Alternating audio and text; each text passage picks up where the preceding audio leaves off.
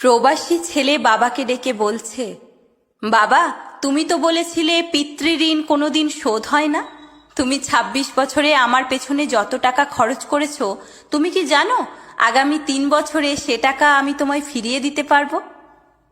বাবা কিছুটা মুচকি হেসে বলল, একটা গল্প শুনবি? ছেলেটা কিছুটা অপ্রস্তুত হয়ে গেল। নিচু স্বরে বলল, বলো বাবা, শুনবো।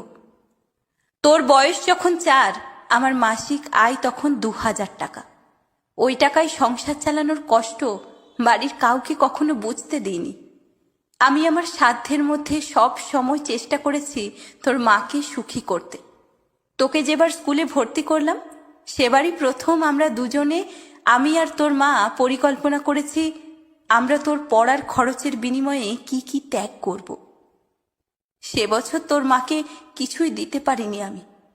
তুই যখন কলেজে উঠলি, আমাদের অবস্থা তখন মোটামুটি ভালো, কিন্তু খুব কষ্ট হয়ে গেছিল যখন তোর মা খুব অসুস্থ হয়ে পড়েছিল। ঔষধ কেনার জন্য রোজ রোজ ওভারটাইম করে, বাসে করে, পায়ে হেঁটে, ঘামে ভিজে বাড়ি ফিরতে খুব দুর্বিষহ লাগতো জানিস। কিন্তু কখনো কাউকে বুঝতে দিইনি, এমনকি তোর মাকেও না। একদিন শোরুম থেকে একটা বাইক দেখে এসেছিলাম। সে রাতে আমি স্বপ্নেও দেখেছিলাম আমি বাইকে চড়ে কাজে যাচ্ছি। কিন্তু পরের দিন তুই বায়না ধরলি ল্যাপটপের জন্য। তোর কষ্টে আমার কষ্ট হয় বাবা।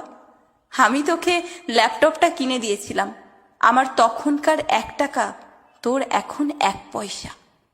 কিন্তু মনে করে দেখ, এই ১ টাকা দিয়ে তুই তোর বন্ধুদের নিয়ে পার্টি করেছিস, ব্র্যান্ড নিউ মোবাইলে হেডফোন কানে লাগিয়ে সারা রাত গান শুনেছিস, পিকনিক করেছিস, ট্যুর করেছিস, কনসার্ট দেখেছিস।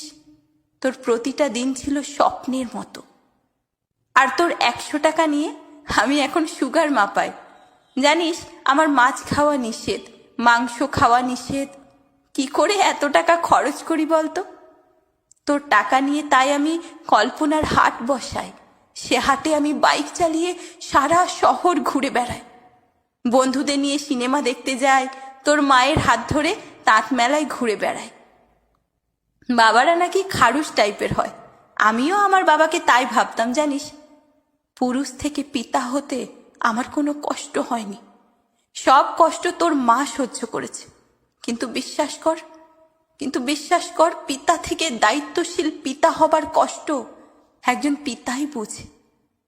যুগে যুগে সর্বস্থানে মাতৃবন্দনা হলেও পিতৃবন্দনা কোথাও দেখেছিস? পিতৃবন্দনা আমি আশাও করি না। সন্তানের প্রতি ভালোবাসা কোনো পিতা হয়তো প্রকাশ করতে পারে না, তবে কোনো পিতা কখনোই সন্তানের প্রতি দায়িত্ব পালনে বিচ্যুত হয় না। আমি তোর পেছনে আমার যে কষ্টার্জিত অর্থ ব্যয় করেছি, তা হয়তো তুই ৩ বছরে শোধ দিতে পারবি। কিন্তু যৌবনে দেখা আমার স্বপ্নগুলো, যে স্বপ্নের কাঠামোতে দাঁড়িয়ে তুই আজ তোর ঋণ শোধের কথা বলছিস, সেই স্বপ্নগুলো কি আর কোনোদিন বাস্তব রূপ পাবে? আর যদি বলিস, বাবা আমি তোমার টাকা না, তোমার ভালোবাসা তোমায় ফিরিয়ে দেব, তাহলে বলবো, বাবাদের ভালোবাসা কখনো ফিরিয়ে দেওয়া যায় না রে। তোকে একটা প্রশ্ন করি, ধর তুই, আমি আর তোর খোকা ৩ জন একটা নৌকোয় বসে আছি। হঠাৎ নৌকোটা ডুবতে শুরু করলো। যে কোনো একজনকে বাঁচাতে পারবি তুই, কাকে বাঁচাবি? ছেলেটা হাজার চেষ্টা করেও এক চুল ঠোঁট নাড়তে পারছে না।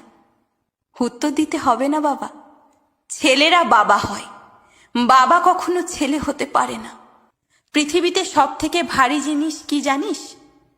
পিতার কাঁধে পুত্রের লাশ।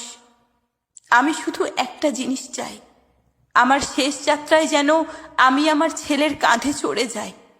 তাহলেই তুই একটা ঋণ শোধ করতে পারবি, তোকে কোলে নেবার ঋণ।